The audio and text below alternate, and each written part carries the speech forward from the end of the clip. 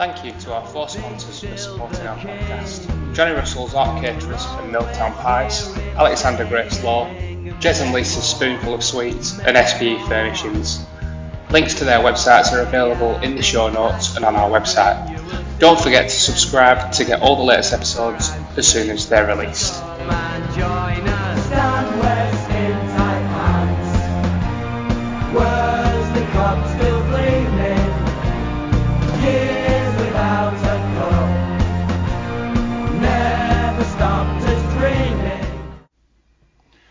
Good afternoon everybody, and welcome to the Housecast, the legendary podcast that has been going now since, I think we started before COVID, and we are getting towards 100 episodes. So this is a bit of a different type of podcast that we're hoping to put together and that everyone will enjoy.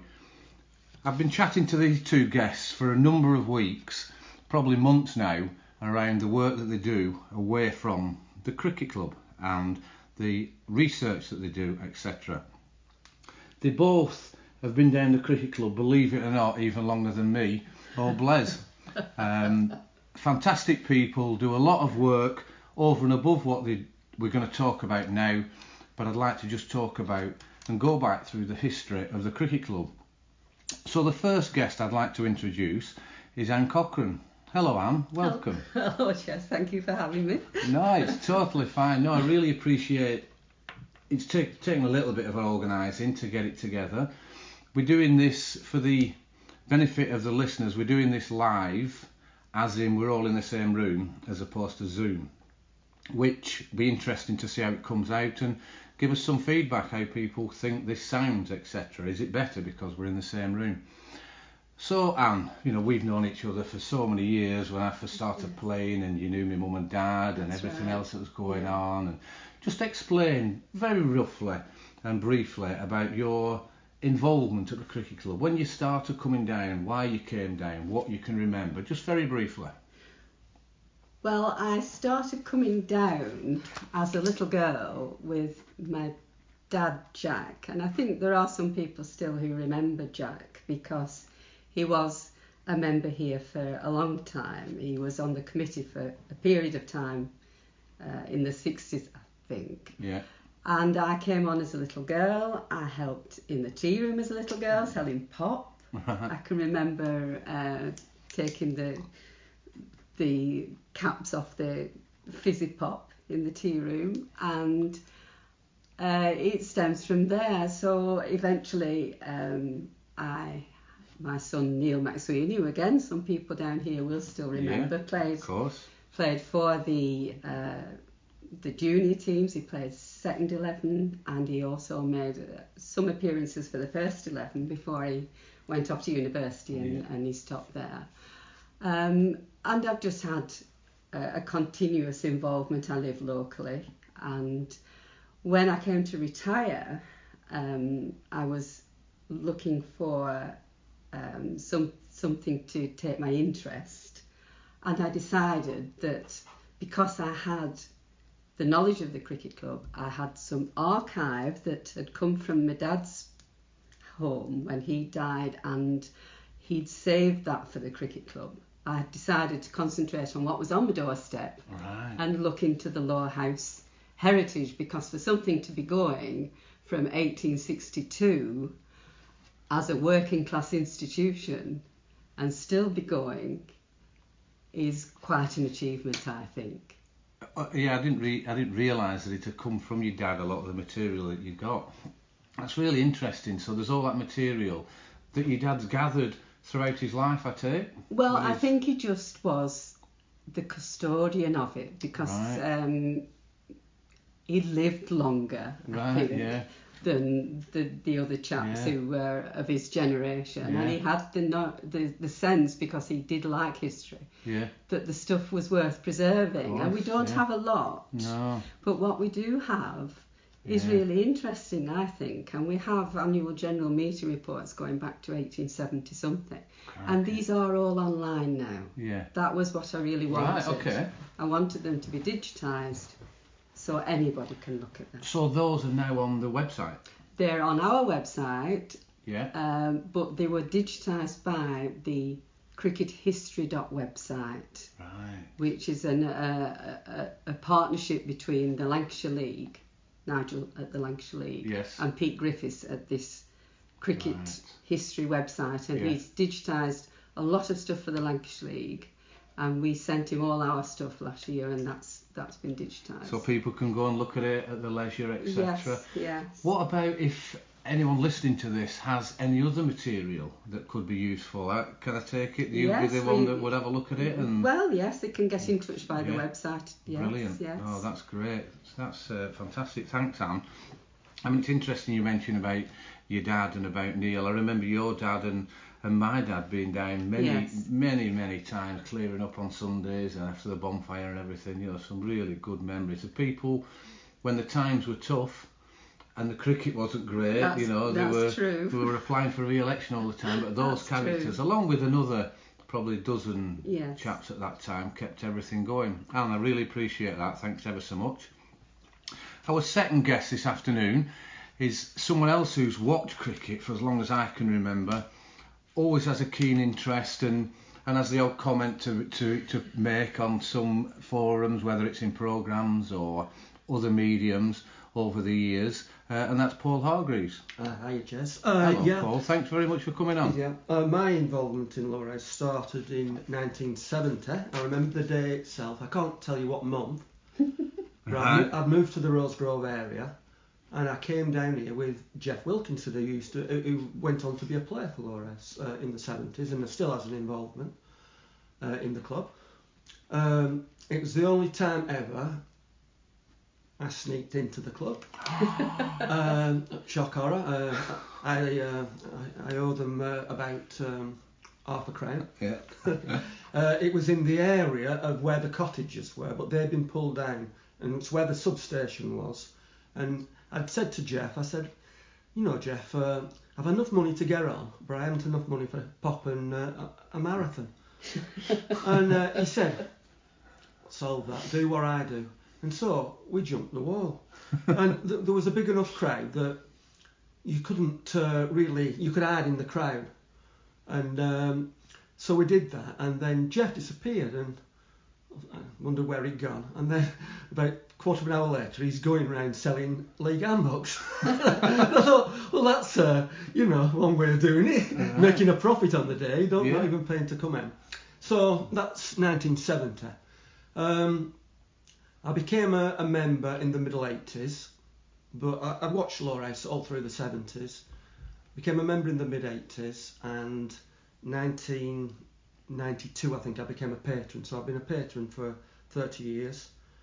When Mark Whitehead produced programmes for the club, probably about 15 years ago, I used to write a column, as you probably remember, Jez. I do. Sometimes a little bit controversial, sometimes a little bit critical, because it was a semi-independent production, and Mark always liked to stir things up a little bit, and so sometimes even David Renner would sort of get on to me. Don't quite agree with what you said today, he'd say sometimes, and I'd say, well, that's the freedom of the press, I claim, isn't it? And now, of course, we don't produce programmes, sadly, anymore, and I've done a fair few articles for your son Adam on the website, Yeah.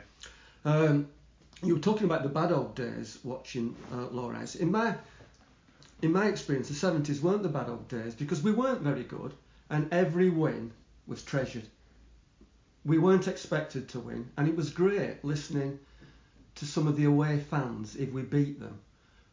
We shouldn't be getting beat with Lowerhouse. Terrible.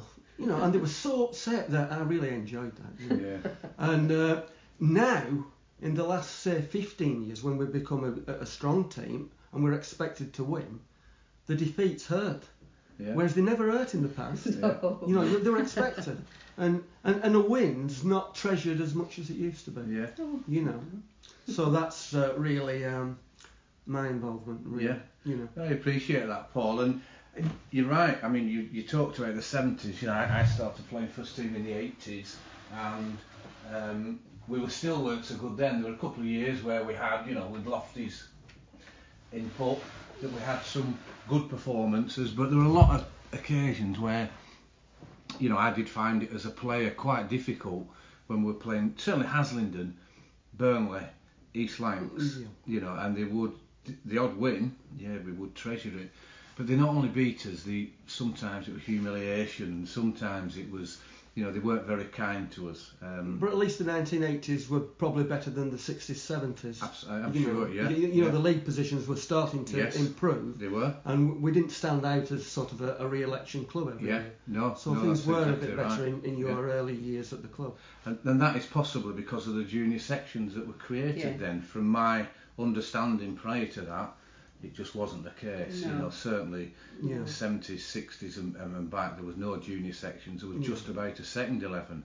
So thanks very much, Paul. Thanks for letting us know about your involvement.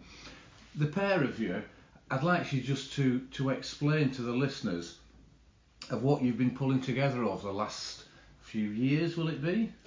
Well, this particular project is just a fairly recent... Over the winter, really, I'd say. Yes, okay. Yes. I mean, I've used the archive material that we have, and Paul has done a lot from Paul has the knowledge in his head, right, I think. I need it on paper. So I watch most of these games, you know.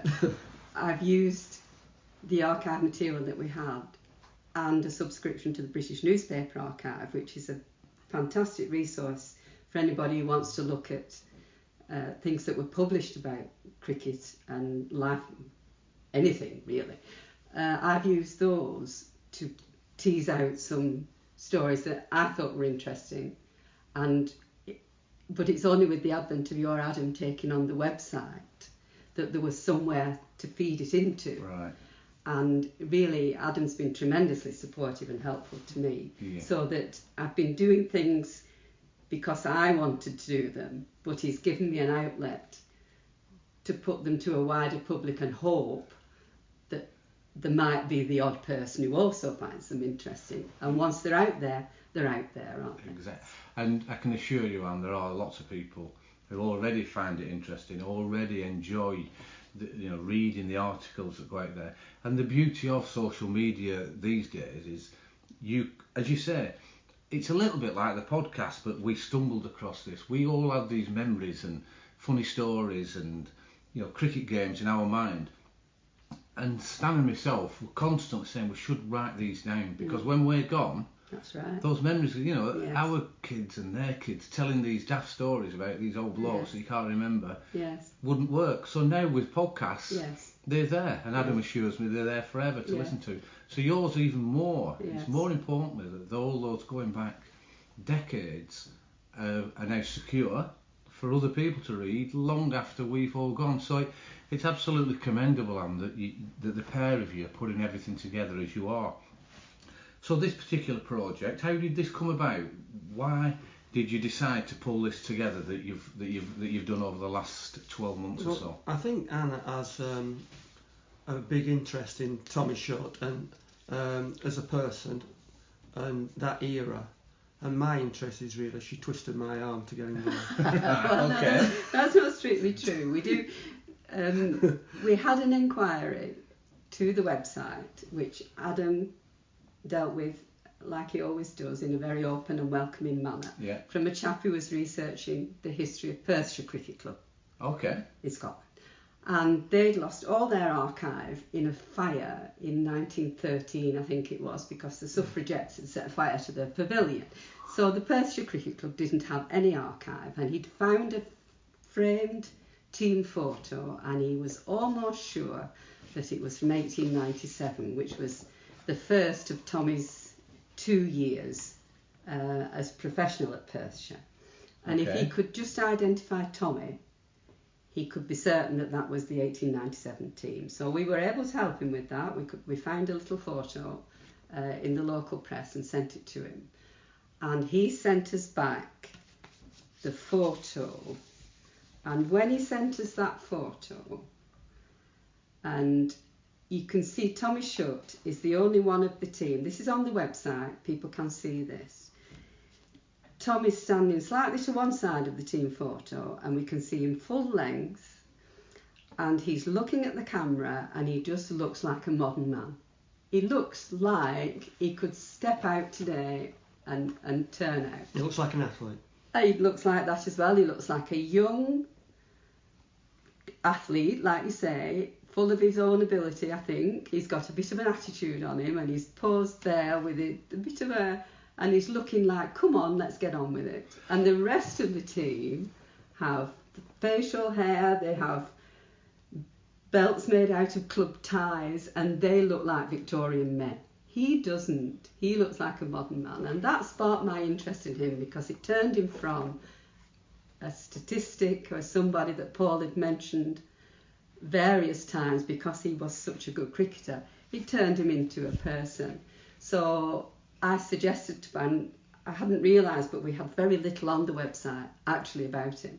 Okay. So I suggested to Paul that we put a proper profile together. He does the cricket and I do the research into the social side of his life story. Right. Before we move on from that, that is a fantastic photo and a story of how you've come about this. I think if so. I can just explain to the listeners, and it might be you might not want to do it now, listeners, but at some stage, please go onto the website and have a look at this photo. It's from 1897, and as Anne says, it's a Perthshire Cricket Club with the professional, which it outlines, explains where he's standing, and talks about the fire and why they contacted us and for some help. So it's almost a little bit, it's almost investigative type journalism, yes. where you're looking at. Who do you think you are? Yeah, exactly. Yeah, can you find this person? And yes. And so, how did you know that was the same Tommy Shutt? Well, we had a photo. Well, we knew. Well, once we started, he sparked it off. Okay. So we started looking into it, and we knew that Tommy had indeed. Well, he knew as well that Tommy had been pro in 1897, 1898. Yes. And so I've lost my thread. Well, what it was, if you look at the 1911 handbook, when Tommy was pro at Rishton, you could tell it was the same person. He'd aged a few years, because it was 14 years later. Yeah. But the guy in Perth, as soon as he saw that picture, he knew that was Tommy Shutt. Yes, Tommy Shutt. He was able to date it then. So you've put them together. So we put them together, and that then was the catalyst for doing a proper profile of Tommy Shutt, who was a Lowerhouse man. He was a Lowerhouse amateur, became a professional, and we looked at his life story, and that's became the project. So that's Brilliant. what we've done. And we'd also like to thank Nigel Stockley because of all the work he's done in sort of collating all the Lancashire League details. That we could sort of look at almost every game he played. Yeah. And just tell how good a player he was. Yeah, and that's worth reiterating, that Nigel's work, helps us all with the podcast, with all the history, etc., etc. So when that's come in, obviously we all know Tommy Shutt is the leading wicket taker at Lowerhouse. You knew that as well at the time, obviously, in liaison with Paul. That's where Paul came in. So you've got this photograph. Adam's done what he's done to dig things out, and then it's over to Paul, really, is it? For the cricket side. Paul did the cricket side, yes. So what did you find out there, Paul? What did you start to research once at Perth? I just looked year by year on Tommy's career. Okay. It starts in 1893.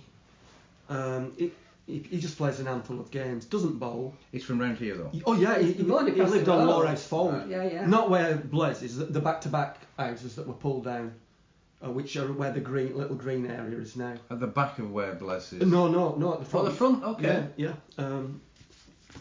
Right. Okay. Yeah. Paul's showing me a photograph of, which I think we've seen quite often on the website, of the houses which are in front of the area. So that's where Tommy was born. Yeah, that's where he was born, and this sort of back-to-back houses, not very, some of the poorest houses in Lowerhouse. Yeah. I mean, nearly all the Lowerhouse houses have survived, except for those really, and High and Low Water Street, which are just above the lodge. Right. And they were back-to-back houses, and back-to-back houses in Burnley were looked down upon by the 1960s, and it was decided that they'd all be pulled down. So they were pulled down in the 1960s. Right. So he was born in 1875. He was born in 1875, yeah. 1894, he gets a little bit of a chance. He bowls only 30 odd overs in the year. but he gets 14 wickets. So he's playing for Lowerhouse. He's playing for Lowerhouse. In the first team. He's 19 years old by then. He's Okay. playing in the first team. He plays probably about 20 games. He doesn't have a big involvement because of the 2 pro system. There's 2 pros at each club, and the profile of these pros are, first of all, bowlers. If they can bat, it's a bonus. Right. People wanted value for money on these poor batting tracks. Yeah. The bowlers could bowl almost all day. Yeah. And so it limited the chances of amateurs. And so Tommy, he bowls 30 odd overs. He gets 14 wickets at 11, very respectable. And then a crucial decision goes Tommy's way. Over the winter, they decide, and it's rare at the time, to get an all-rounder as one of the pros for next season. And they get a chap called A.E. Berry. And he's more of a batter than a bowler. And he gets over 600 runs, which is very, very good at that time of year. But he becomes the 3rd bowler in the team, and Tommy becomes the 2nd bowler. Okay. And he gets 55 wickets, and his strike rate and average are better than the pros, who bowls a few more overs and gets 62 wickets. So he's almost a pro quality player by now. He has a sort of meteoric rise. In 1894, Tommy Shutt is a nobody, really. In 1895, he's a somebody. And he's 20 then? He's 20. Yeah. Okay. He's still a work in progress as a batter, but he gets his maiden half century at Accrington. Right. And Lancashire Seconds give him a game as well. Right. So he's come from not quite a James Anderson type rise, but not far off in a way. Right. Yeah. And then, 1895, he fits the profile of what a pro's about, and so he gets offered terms with Stalybridge Cricket Club. Yes, for the 1896. For the 1896 season, and that begins his journey into being a pro, which I think he was a pro for 7 consecutive seasons then. At Stalybridge, they are a team that don't play in a league at that stage. They eventually, about 2 or 3 years later, they joined the Central Lancashire League. But when Tommy played, they played sort of local friendlies against teams like Denton, Alderley Edge, that type of thing. And Tommy does quite well. And then, from out of nowhere, 1897, he's in Perth, at Perthshire Cricket Club, who played on the North Inch in Perth, which is an area of parkland on one side of Perth. There's the North Inch and the South Inch. And the cricket club that Tommy played for were on the North Inch, and he has a great year there. His batting's come on. He's now 22 years old. He sets a club record there of 164 runs against Watsonians, and over the 2 years at Perth, he gets 154 wickets. He's a very popular pro, and they have a benefit for him, and that raises £61. And £61, I worked it out roughly at about 120. A pound then is worth about £125 now. And so he had the equivalent of £7,000 to take on with. So 3 years after working as a weaver, as a young weaver in the mill, he's coming on with the equivalent of £7,000 when Perth don't re-engage him for the 1899 season. I mean, I'm sure you won't be able to answer this, but so he's gone to play cricket in Scotland as a professional. What would they have been paying him then? We do know that it was about It was about £4 a week, wasn't it? Well, Richard Miller has looked into how much he was paid. So it says Tommy received £4 a week, which was about £500 now, working on that. That's sort of accepted. That's buying power, I think. It's what you could have bought with £4, you could buy for £500 now. And that benefit game raised £61. So he had the equivalent of something like £7,000 to come home with. But those terms were better than playing being a county pro, because he had everything all found. County pros had to pay their own expenses and blah blah blah. So if you think that a working man would probably get about £1 a week, that's That's a lot of money, and he did that 2 years running there. In Perth, yeah. Right. And it's a prestigious club. That club, it was. Yeah. It's had some fabulous players. It's surprising how popular.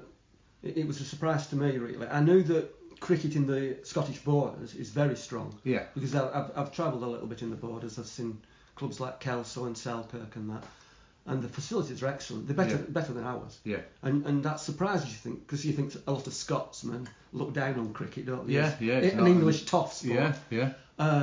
And as far north as Perth, though, it was very popular, and he talked about crowds of 8,000-10,000 especially for the local derbies. Yeah. When they were playing like a local team, and there was a lot of pride at stake. Yeah. And so it's it just shows how he'd come on in those 3 years to be involved in that kind of cricket. I think it was a brave move to go from being born on Lowerhouse Ford and being a weaver and playing, and within just 3 years, initially within 3 years, even as just well. going to Stalybridge, just thinking that I can do this at Stalybridge. He possibly would have. Well, he would have carried on working. He probably as well. never left the village except for a game of cricket. Yes, and then suddenly he's given this opportunity, and he's got the guts to take it. Yeah. He's got the self-confidence, which I think comes out in that photo. It does. I think he looks like a cricketer, doesn't he? I think it is. It's where again, if the listeners go, it almost looks photoshopped.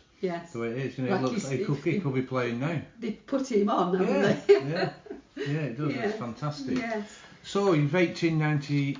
That's 1898. Yes. So 1899. Let's. Where did Tommy go there? Yeah, he came back to Lowerhouse as a professional. It was the last year of the 2-pro system, and he was the second professional to Ben Gregory. Ben Gregory was a Nottinghamshire bowler who'd started at Lowerhouse the year before, 1898, and he was primarily a bowler, but a very good bowler. And I think amongst Lowerhouse pros, he's the second on the list, only Billy Cook slightly ahead of him. He took 352 wickets over 4 seasons. But in the 1899 season, Tommy gets 81 wickets and scores 362 runs. Gregory, 72 wickets and 153 runs. So what we agonised about was whether Tommy was offered to be the sole pro for the 1900 season, and we don't really know that, do we? No. But they kept Ben Gregory on, and to be fair, I think he did have that 72 wickets in 1899 was probably his poorest of his 4 seasons. Right. And Ben Gregory stays on for 2 more seasons, and Tommy goes back to Scotland, Anne. Yeah, he goes to Hawick, doesn't he? Yeah, in the Scottish borders. Yeah. So he's got his contacts up there, and it's no different than now. He's a long way from Perth, though. But so we're not sure about the contacts thing, because we don't know where the contacts worked on Stalybridge to Perthshire, which is about nearly 300 miles. I think sometimes we underestimate how in touch people were. Exactly. I mean, the newspapers all syndicated reports, so the reports from Birmingham matches in Lancashire would be reported in Scotland, and also if a club wanted a professional, they put an advert in the paper. Yeah. So he could have responded. Yeah, or you could reply with your CV and what you've done, and then they could research you fairly easily. And also, if they knew him, they would have known what he did at Perth. So that is what. And the cricket world is it's a small different. world. It is. It's it? different from a lot of other people. Certainly, good cricketers will talk, will meet, and they will even then, and they still do it now, talk about an individual who is only 23. He's nearly 25 when he goes to Hawick. Okay, so he's still very young in his career. Lancashire have had a look, but he doesn't look like he's going to. Yeah. He's played 1 or 2 extra games, I think, in 1897 for the second team, but he never got beyond the second team. Yeah. We think perhaps that he had the year with Lowerhouse, hoping that he was going to get on at Lancashire, and when that didn't materialise, then possibly the Hawick offer was more lucrative. Yeah, exactly. So what happened that year then? So how did he go on up in? He does okay. He gets 64 wickets at an excellent average, as you'd appreciate this, at under 6. Oh, crikey. But he's playing for a relatively poor team, and we think that some of the teams in the league had financial problems because some of the teams couldn't afford professionals. And I think there's sort of like a gentleman's agreement that if you were playing a team that only had amateurs, you'd drop your professional. And so he doesn't play all the games, does he? No. And that must have been a bit disappointing for him, really. So he just has that 1 year at Haig. And do we think that Haig couldn't afford to pay him for... They couldn't have paid any pro they couldn't, for 1901. No, they didn't have a pro. So they went without a pro. So then he comes back and plays in the Liverpool competition for 2 years. Yeah, so funnily enough, the club he plays for, Northern, that's where Stephen Parry came. Northern, yeah. Yeah. It is, that's right. They played then at Waterloo Park in Sefton, and it was only after Tommy left, about 5 years later, they moved to Moor Park in Crosby, where I think they still are today. Right. And obviously where Stephen Parry emerged in the early part of this century. So 2 years in the Liverpool and Northern. Yeah, he gets then again not the greatest club. They finished towards the bottom in his first season, but he gets 50 wickets at under 9, so he's doing his job pretty well. And then he gets 48 wickets at 12, not quite as good, in 1902. And it's at that time, that's his last pro job for about 8 or 9 years, because, like you, Jez, he joins the Burnley Police. Yes, Really? I didn't know that. Yes, he joins... He was playing a few games for the police in 1902, as well as playing for Northern. He was playing some midweek games for Burnley Police. So he joined the police force in the end of 1902, I think. But also he gets married in 1903, I think it is. 1903. So I think that is the deciding factor there. He settles down. Yeah, no going back to Scotland.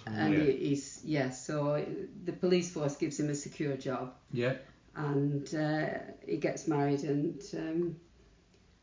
he doesn't play any league cricket at all in 03, does he? He just plays for the He just plays for the police. Well, okay.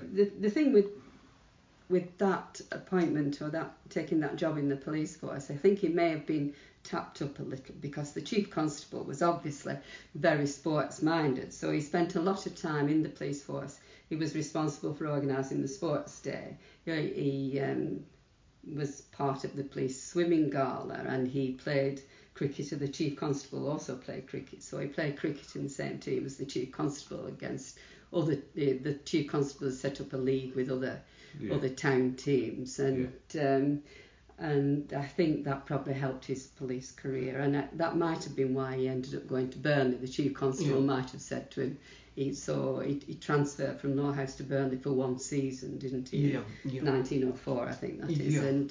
And I personally think that's because the chief constable wanted him to. So. Well, we could get Stan in, who's out on the field in these with his top off in the sun.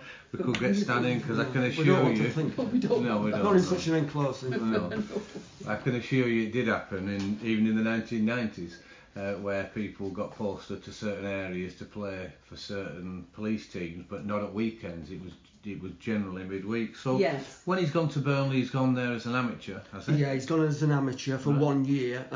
Obviously, people in Lowerhouse weren't particularly happy about it because, I mean, there's a lot of players have played for Burnley and Lowerhouse, a long list of them, but nobody as entrenched in the village as Tommy Shutt, who could sling a cricket ball onto the field from where he was brought up. Yeah.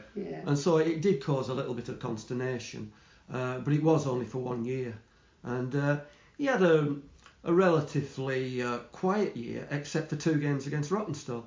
He gets 38 wickets on the season. They don't over-bowl him. His best performance is very early on, a 7 for 15 against Enfield.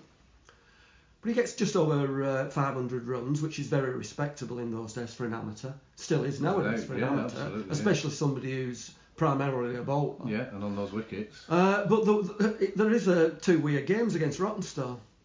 He gets just over 500 runs, but he gets 284 in 2 games against Rottenstall. All right. He gets 164 at the Wordsworth Memorial Ground, and 120 in the reverse fixture. And we think that is an amateur record to get 284 in one season against one club. And before you think, well, 164 at Rottenstall doesn't really count. I mean, there were no 6-hits in those days. Yeah. So he could hit it as far as Clough Forward or Waterfoot, and he was only going to get a 4 for it. Get 4, yeah. And you think, well, it might have been a belting track. He gets 164 out of 227. Yeah. Right. And so Rottenstall come into bat, only 25 all out. So it couldn't have been that good a track. So out of 252 runs scored in that game in 1904, he scores 164 of them, which is a hell of a percentage. And I bet you've rarely seen that, Jez, where somebody gets such a big percentage of both teams' totals. Yeah. No, it's amazing, isn't it? It is, yeah. And his bowling figures, did he... Well, he got 38 wickets on the season for Burnley. No, sorry, in that game against Rottenstall. I don't think he bowled. Right, okay. I don't think he bowled in either game against Rottenstall. He didn't need to. He didn't really need to, no. And the only twice in Lancashire League history that we've found where somebody got more than 284 runs in a season are in 1951, the great Australian Bill Alley got just over 300 for Colne against Bacup. 250 plus scores, and the record is held by somebody who I'm sure you had a lot of banter with over the years, Jez, a certain Australian called Peter Sleep. Yeah, I did. He weren't shy. No, he wasn't. You know, and you could. No, he was a good player. Yeah, but one thing about him, you could hear the chat from the boundary, yes. So he didn't hide what he was saying. No, he didn't. And Peter, I think in 1990, gets 150 and 170 for Rishton against Church. Right. So that probably eclipses... that eclipses Tommy's score, those two, but they were done by professionals. Tommy did it in an amateur capacity at Burnley. Yeah. Fantastic. Yeah, so we mentioned the sports loving chief constable. Yeah. So eventually the watch committee who were in charge of the police decided that the police should really be concentrating on fighting crime instead of having all this fun. Right. And they started an investigation into the chief constable. So he resigned before he was pushed in 1905, and the watch committee disbanded the police team and took the instruments back off the police brass band, which the chief constable had also founded. Brilliant. They did have police teams later on, but for a while they didn't. Right. And then, not long after that, Tommy left the force in 1905. I wonder if they found there was a correlation between the police cricket games and crime in the area. They definitely did. I think they definitely did. It was the time to commit crimes while the game was on. Yeah. So then he came back, didn't he? So he was on in the police a couple of years then? He was in from 1903 to 1906. He comes back to Lowerhouse. He's still a policeman when he comes back to Lowerhouse. So in 1905 he plays out. He's back at Lowerhouse, but not playing all the time. No, because he's still in the police. Right. Okay. So he has a quietish year again on the bowling front. Only 36 wickets, but the highlight is he gets 173 not out at Bentgate against Aslindham in a convincing house win.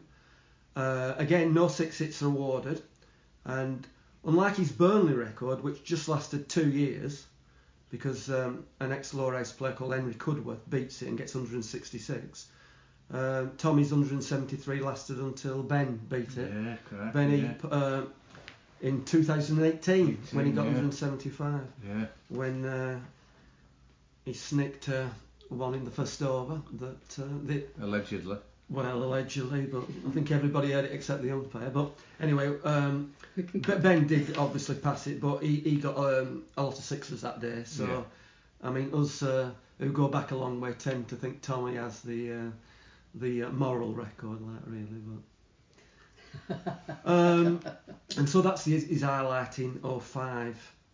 And then he has another 5 years now at Lowerhouse, And in that time, he leaves, doesn't he? He leaves the place and becomes landlord at the Cricketers. Yeah, he takes on the Cricketers Arms, which I don't know if you used remember to that, be. Jez. I do. Yeah, it's demolished now. Isn't There's a it? house there. There's a house There's a house there. there. 108 Lowerhouse Lane it is. Right. There's an house exactly where the Cricketers was. Yeah. It got pulled down in 1985. Yeah, I do remember it. Yeah, I think Very small pub. that's right. Yeah, stand up. About the same sort of size as the Red House Yeah. in Rosegrove, only perhaps smaller than that. Yeah. Even. Yeah, so he was there till about 1910, I think. Yeah, right. So 06 to 1910 was a sort of mini golden age for Lowerhouse. Before 06, from 1892 to 1905, they're always in the bottom 2 or 3, often bottom, and then they suddenly emerge and have 6 consecutive top half finishes. And if you look in Lancashire League history, it was Lowerhouse's best run in the whole century, because they were a very consistent team. They had some really good players, J. Elliott, Joseph Cook, who was the record run scorer up until the Second World War. He got nearly 5,000 runs. Matt Walker, who I think was related to Stan. He's the granddad, was it? Yeah, great-granddad. His granddad. His granddad. And Billy and Tommy Whittaker, who weren't related, but were good all-rounders for the club. And on the Hall of Fame list, they were on for batting and bowling. Lowerhouse had a really strong team. They would have been an excellent team if the Worsley Cup had have existed and the current restrictions on bowling would have been there. But they were always vulnerable against teams that had a really good pro and just one strong amateur. Yeah. Like Burnley. I mean, 1906 to 08, Burnley won an hat-trick of championships. They had Billy Cook was a young, fast bowler in those days who was getting over 100 wickets a season. Yeah. And they had good amateur bowling to back them up. And they could just about outdo us. But we were getting sort of, I think, with 2 4th-place finishes. And Lowerhouse's highlight was the 2nd place in 1910, when we were just behind Rishton. Just behind Colne. Colne were the champions that year. And Lowerhouse was 2nd, and that was the club's best finish until 1982. Yeah. And Tommy gets in 1907, he gets 74 wickets, which is the club record, and he beats his own record in 1910. And the publicity of that, we think, got him a pro's job at Rishton. Right. He's obviously a family man now. He only has one son, but he doesn't want to travel too far, and so being Rishton pro is ideal for him. Yeah. And so what year was he the pro at Rishton? He was pro at Rishton for 1 year in 1911. Okay. And I was just looking at some figures.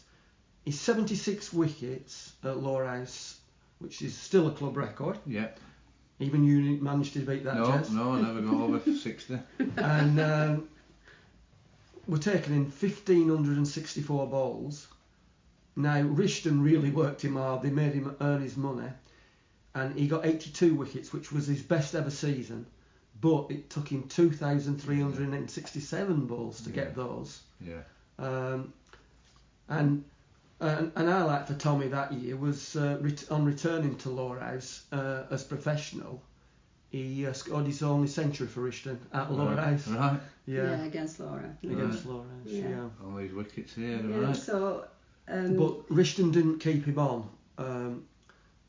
He'd had a good season, but I think they thought they could do a little bit better. And they had a good amateur side at that time, Rishton. And so they signed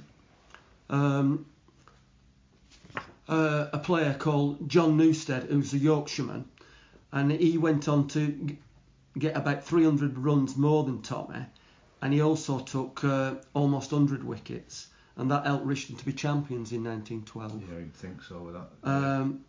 And so Tommy has his last pro engagement in 1912, and it's his only season in the Ribblesdale League. He moves very locally to Reed Cricket Club. Yeah, I mean, the census of 1911 has him as a weaver. Right. None of the censuses have him as a professional cricketer. He's always been a worker as well. Yeah. Yeah. Probably. Yeah, so it's not full time. So he's never declared that he was Yeah. a professional cricketer. Yeah. Censuses are only every 10 years, obviously. Yes. But in 1911, he was a weaver. Was he a weaver in the 1901 census? Yes. Yeah. And Yes. do we think that obviously he's playing for the Northern Club at Crosby? Do we think he worked at least part time? I think he must have done. Yeah, I think to supplement his income. Yeah, he must have just been a Saturday pro, I think, at Liverpool. So then he's getting on a bit by now, isn't he, Paul? He comes back to Lowerhouse. Yeah, he stays at Lowerhouse. He spends a season at Reed. After that, he comes back. And he has some good performances at Reed, but he's 37 by now. Just wrote one or two of his performances down. He got against Burnley St Andrews. He got a 67 in one game, and in the reverse fixture he gets a 6 for 83. And Burnley St Andrews, who are still known as St Andrews Cricket and Bowling Club, were one of the top Ribblesdale League clubs in that era. I didn't they won the championship. They won the championship in 1912 for the fourth time in the Ribblesdale Senior League. But that was the highlight of for them. By the 1920s, they were in sort of trouble on and off the field. They were mostly bottom, sometimes second from bottom, and the club were having financial problems. And I think they resigned from the league in 1927 and never to return. And do you think that's Burnley St Andrews, as in the up on Eastern Avenue? Oh yeah. That's where they played. Yeah, that's where they played their own. Yeah, they were in the Ribblesdale League. In the senior division. They were a big. 4 times champions of the senior league. Because that was still a good, decent cricket ground. Yeah.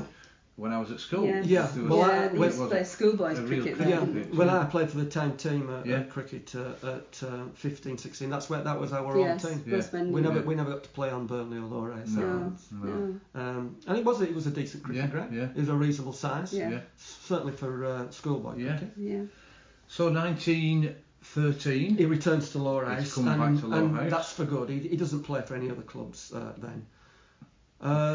He has a good first year, 1913. He takes 63 wickets, and as often he did, he outbowls the pro. He gets more wickets than the pro. And then 1914, a drop off, 39 wickets, which a quiet season for him. And he has a poor season batting, really. His batting has probably passed his best by then, and he doesn't get a score above 30. And Lowerhouse, from 1911, the first season he's left them, they finish 5th. They have a really good season, and they only one win below the eventual champions that year. But unfortunately, 1912 onwards, it reverts to the same old Lowerhouse from before 1906, and they finished rock bottom in 1912, even though the first Test player to ever play for Lowerhouse plays that day, a Yorkshireman called Walter Lees, who's played about 5 or 6 Test matches. He doesn't have a bad year himself, but they just have a disastrous year. And they're back at rock bottom in 1914, the year of the outbreak of the war. The league sort of carries on with 8 professionals in 15 and 16.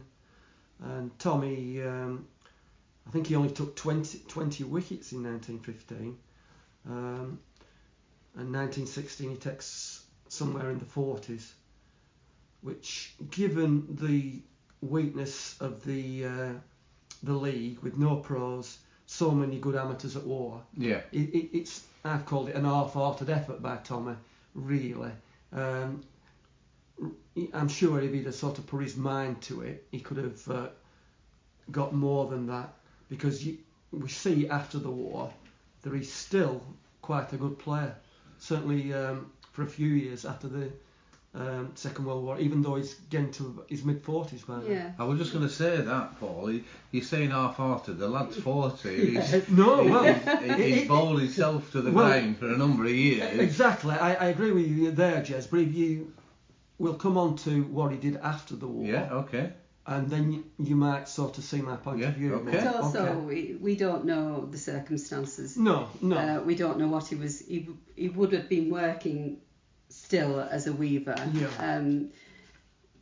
People were restricted in the hours he may have had to work longer than he was normally doing because everybody was very regulated as to what they... I'm convinced though that the Tommy Shutt that we'll see just after the war, if he'd have set his mind to it, could have outdone his own record. You're and I'll tell you why. No, I'm not.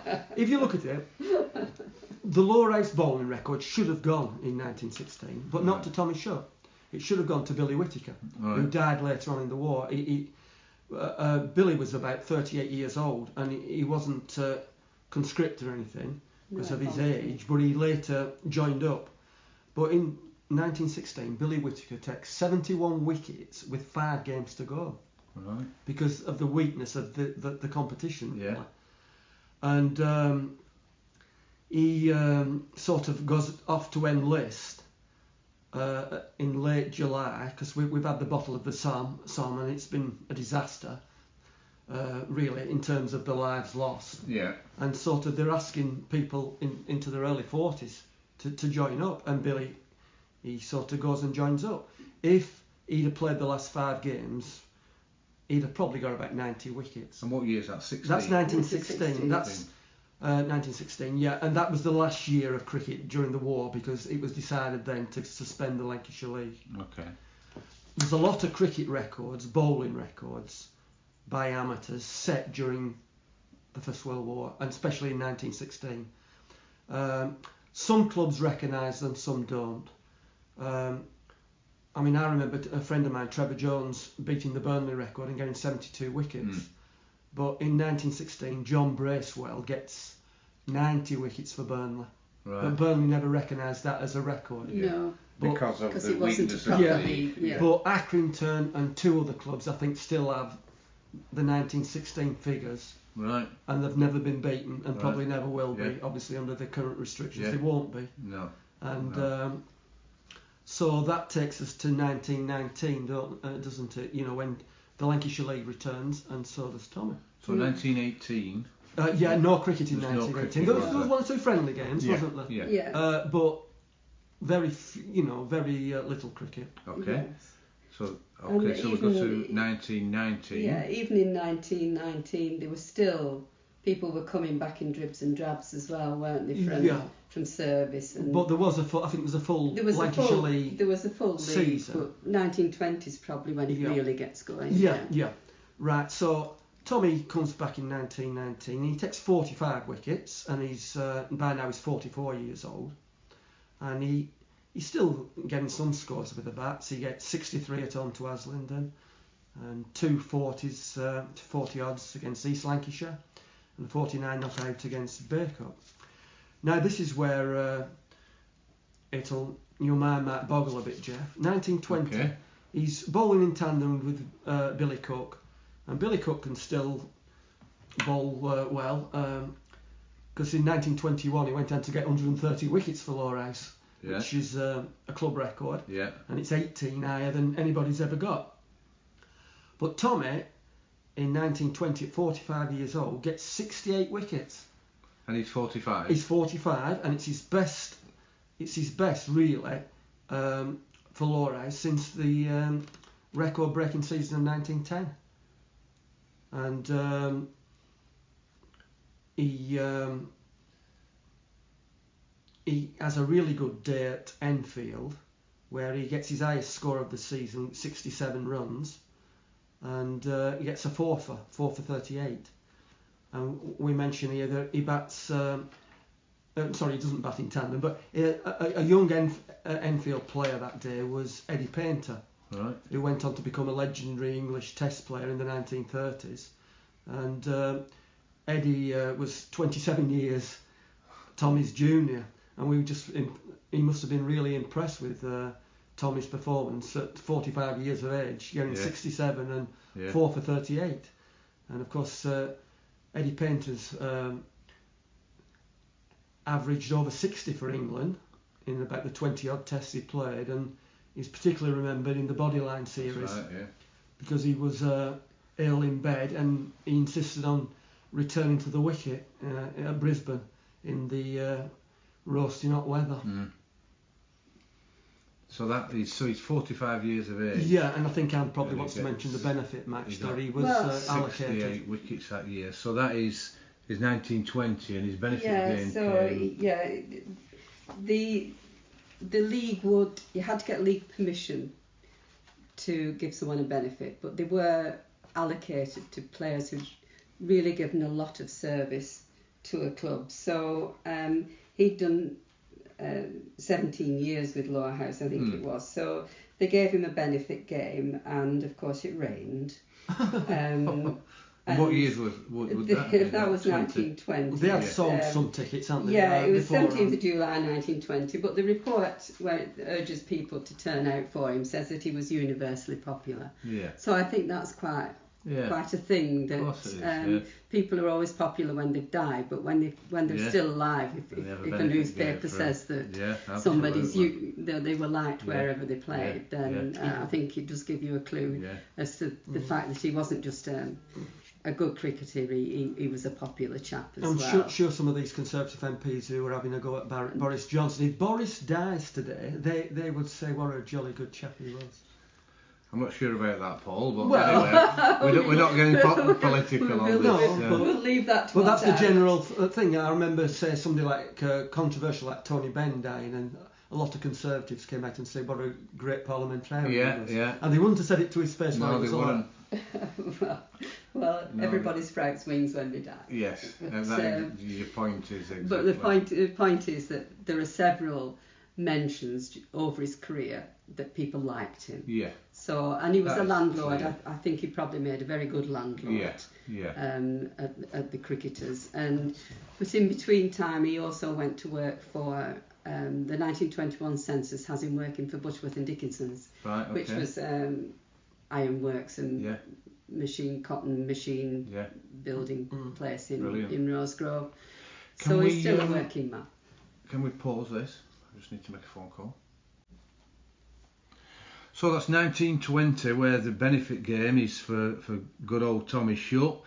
There's a bit of rain around, but there's a good write-up in the press for him, which you can see on the website, which again will give you some links to on Twitter and other social medias that you can look for so you can get the pictures of what this great conversation is about between myself, Anne and Paul. So Paul, that's the 1920s. What was Tommy about following the 1920 season? How did he go? He's now in his late 40s. Well, he's still putting a good shift in, Jez. Okay. By 1923, he bowled over 200 overs, and by now he's 48 years old. Yeah. So I know that'll make you sweat, Jeff. Just thinking about doing 200 overs at that rate. Yeah, well it did. He takes 43 wickets in 1923, and then in 1924, which is his last full season at the club, he's still doing plenty of overs, and he's the leading bowler at the club. He has 48 wickets, and he actually outbowls Jack Cuff, the pro, who takes 44. Okay. And even though the team is last in the league, he's still like a workhorse for the team. And we think it's because he's set the quest to get 1,000 wickets. Oh, right, I see. I think they were very aware at that time of their stats, much more aware of more modern players before Nigel Stockley. And I'll give you an example.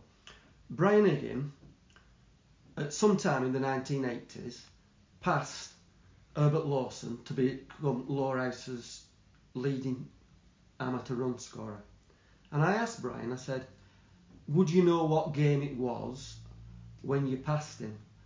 And he said to me, I didn't even know what the record was, and I didn't know. Now, it'd be interesting to know if Blaise knew when he passed Brian, because obviously Blaise has set the figures, and I'm not even sure he did. But we think that Tommy knew exactly how far short he was of the 1,000, and when he set the quest for 1,000, we don't know. Was he 46, 47 years old, or was it when he passed 900 wickets? Again, we can't be sure. But in 1924, he's 49 years old. Yeah. And he takes 48 wickets. Yeah. And his team are in last place position. And he's an amateur. So you wonder Yeah. if this 1,000 wicket quest is the one thing that's keeping him going. Yeah. And the highlight for him in that season, in the 1924 Worsley Cup quarter-final, Lowerhouse had drawn at Burnley. And Lowerhouse had a poor innings, they 92 all out. But they managed to bowl Burnley out for 44. And Tommy, at 49 years old, gets 5 for 18. Good lad. Which is incredible. Good lad. Unfortunately, the semi-final, Lowerhouse had drawn away at Accrington, but it's quite a close game and they lose by 3 wickets. So they could have been in the Worsley Cup final well before 1980 when they actually reached one. Yeah. And so we get to 1925, and Tommy is 18 wickets short going into that season of the 1,000 wickets. And on June the 20th at Alexandra Meadows, he gets 3 for 45, and it leaves him on 999, which is a good one for a policeman. Yeah, yeah. And so the next game is fairly quick because it's the following Tuesday. A lot of people probably don't know that until around about 1970 there were no Sunday games. All the games were on Saturday, and so you didn't have double headers, and so each team had to get a couple of midweek games in, and they tended to play them on what we used to call half-day closing days. Of course, yeah. Which you were old enough to remember. Yeah, I do, yeah. Yes. On Tuesdays in Burnley. Tuesday in Burnley. So in that game, and it was the only Lancashire League game played on that date, Tommy got Frank Edwards, the Haslingden Pro, out for 22, and he reached the 1,000 wicket mark. And as I said, it was very fitting that he got the opposition pro because 31 years before he got the church professional Tom Flowers out, and that was his very first wicket all those years before. Yeah. And he did play one more game at Turf Moor the Saturday after that, and he never bowled. He'd no need to. He got his 1,000 wickets. Yeah.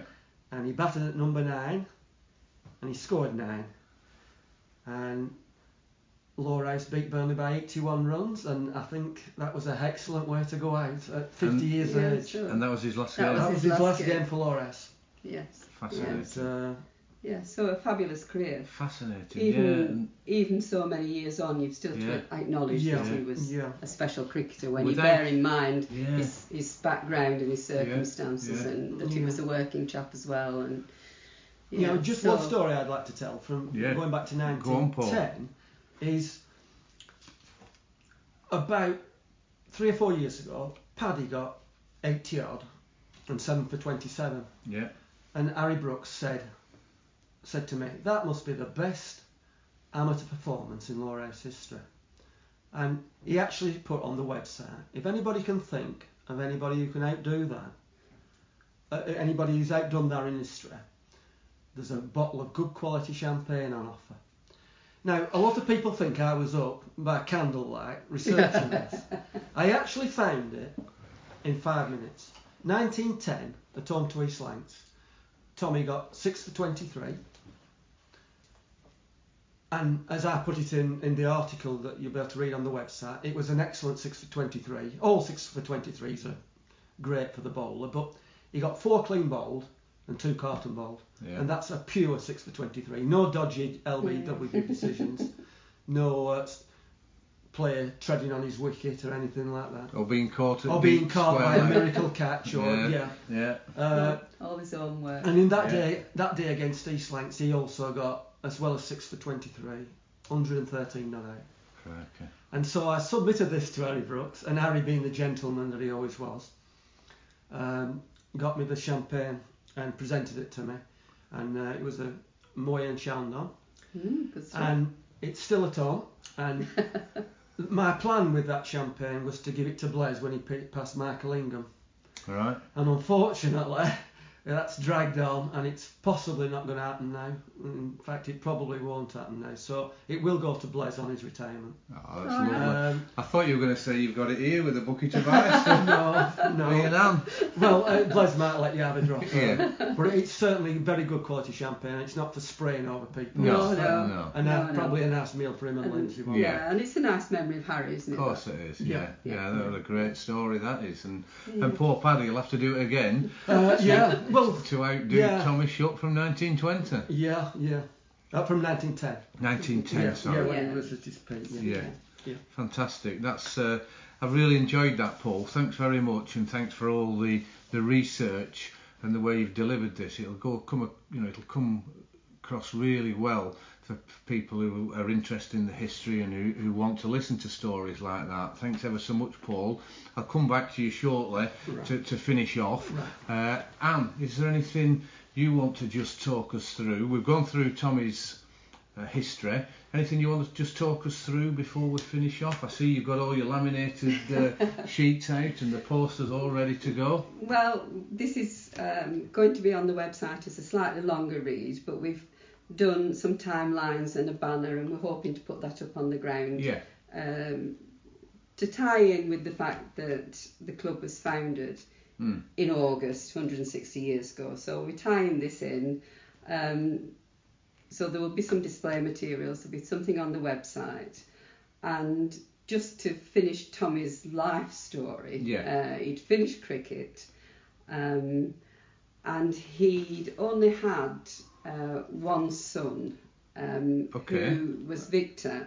I should mention also perhaps that Tommy had several brothers who also played for Lowerhouse, including a much older half-brother, a step from me, Richard Holden, who was one of the main people involved in the cricket club in the very early days. Okay. And he was the first Lowerhouse amateur to score a century. He was the first league century. So there were other Shutts who played for Lowerhouse, and there were sons of other Shutts who played for Lowerhouse, but Tommy himself only had the one son, Victor, who did play some second 11 cricket, I think. But he died in 1904. He was only in his 20s. 1931. He was born in he was born in 1904, okay. yes. And he died in 1931. He was only in his 20s, and it was in a flu epidemic. Yeah. So he probably died in a flu epidemic. Yeah. So Tommy only had one direct descendant, who was Victor's son, John. When he finished playing cricket in 1931, he and Alice took over the Victoria pub in Habergham for a while, for 3 years. During that time, Victor, like I say, they lost their only son. They came back to Lowerhouse. He kept up contact with Lowerhouse over the years, and they lived locally. They lived on opposite where Blaise lives now. Yes, and 232 Alice. Lowerhouse Lane. Yeah, Alice, who he'd married in 1904, and they'd been married a long time. She died in 1939, which left him probably for the first time in his life living alone on Lowerhouse Lane. There's a register, the government did a register in 1939 to be war ready, so they knew about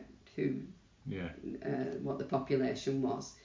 And he's listed as being a retired machine moulder. That was his job at Butterworth and Dickinson's. And he, then we don't know quite how he spent the war years. I imagine that because he was a single person, he probably went to live with extended family so that his rations would go. It would make sense to be in a family situation. Because he would have been about 64-ish then? Yes, well, he'd be a bit older than that. He was born in... about 64, wasn't it? Yes. Yeah.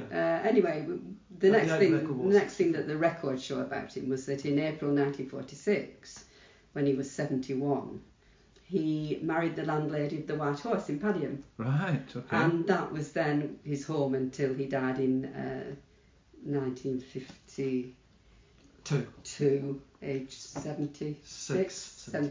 And he's buried in Habergham churchyard. He was buried with Alice, his first wife.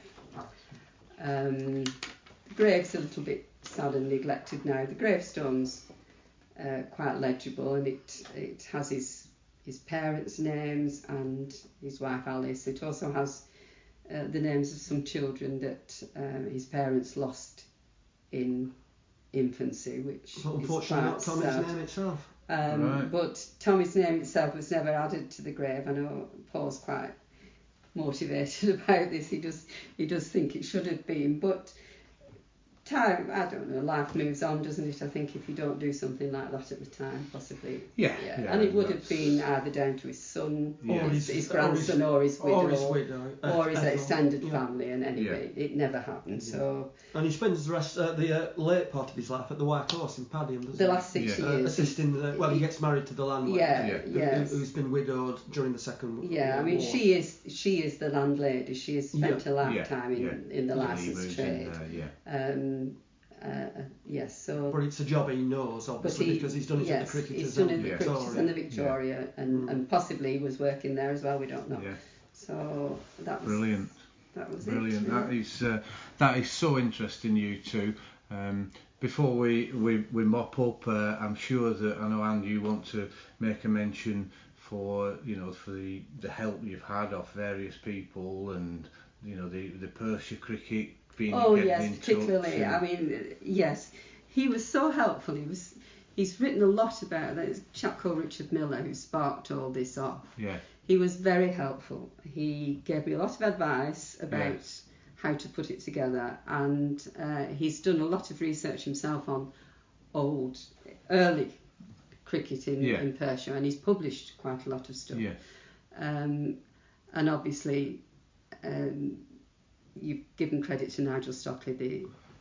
The website there is a fantastic resource. Yeah, it's good. I think Paul wants to just mention Tommy's legacy, perhaps.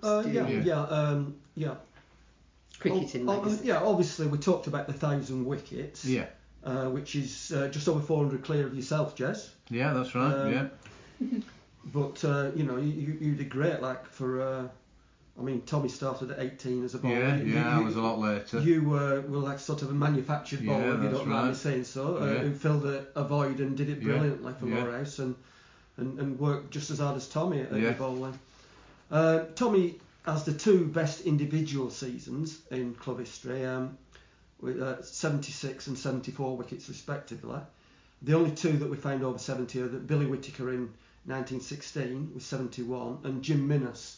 Who was later a pro for Lowerhouse, and he got in the mid-1950s he got 72 wickets. So he got 5 wickets for Lowerhouse 69 times, which is a really good achievement, and over 500 wickets as a pro on other grounds. And also the batting side of his game. When he retired, he was only 24 short of the record for Lowerhouse. He got 4,687 runs for Lowerhouse, as well as his great bowling achievements. And I think the batting side of his game is the one that interests me more than his bowling, because he was always very consistent as a bowler. He took wickets wherever he went. He was always there to put a shift in. He had decent fitness. He didn't have many seasons where he missed games through injury. But the batting side of his game is very interesting. He only averaged 14, but he got 6 Lancashire League centuries. And one stat I liked, I don't know if Anne liked it quite as much, is at Burnley he has the third highest ever score, 164 by an amateur or a pro for Burnley. And at Lowerhouse he has 173 not out, which is the second highest by pro or amateur. So I put the stat together that there's, I think, about 55,000 innings by Lowerhouse and Burnley players combined in Lancashire League history. Okay. And Tommy Shutt has 2 of the best 5 scores. And he wasn't even primarily a batter. He was a bowler who batted. Which I think is a great stat. That's a good stat, isn't it? Yeah, to be up there. And just the legacy, Tommy's legacy, I think, has been neglected a little bit at the club. And not only Tommy, that side from 1906 to 1911 was a very good team. And that's partly why I put, obviously you've seen it, the Hall of Fame list. Mm.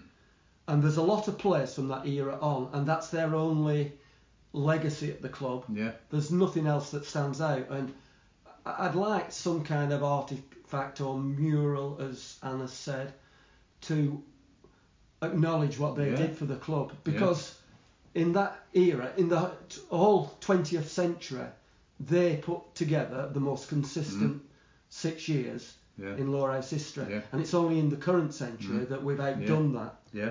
You know, and it would be nice if would. there was something to remember about, not just the Hall of Fame list, but at least that's something, because it's brought names that a lot of people at Lowerhouse didn't really know about. Yeah. No, that's interesting, Paul. Yeah, and it is something I'm sure that Matt Stanley will look at, and I'm sure you'd help him with it, you know, to get something together. That is really interesting. So we've had a fantastic chat there for an hour or so. I've really enjoyed it. What a great story it is there. Anne, is there anything you want to add before we finish up? Yeah, I'd just like to give a shout out to another little project we've got going. This is all tying in with the club being 160 years old this August. And together with your Adam, we're doing a virtual walking time around the ground. Right. Now, I don't quite understand how this works, but Adam's doing QR codes, a QR code for each of the 4 sides of the ground. Yeah.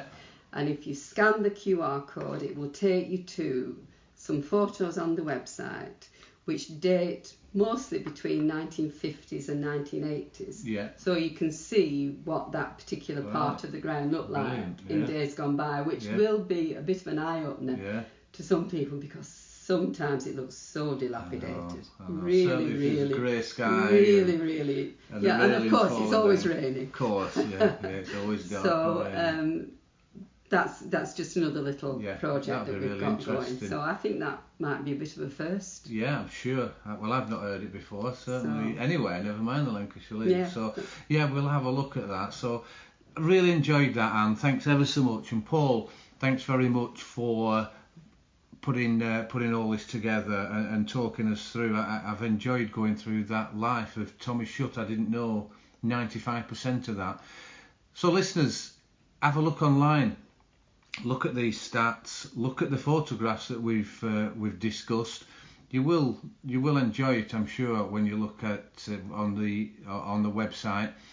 Don't forget to like and subscribe to the Housecast, then you'll get the episodes before anyone else. Thanks everyone for listening, and goodbye.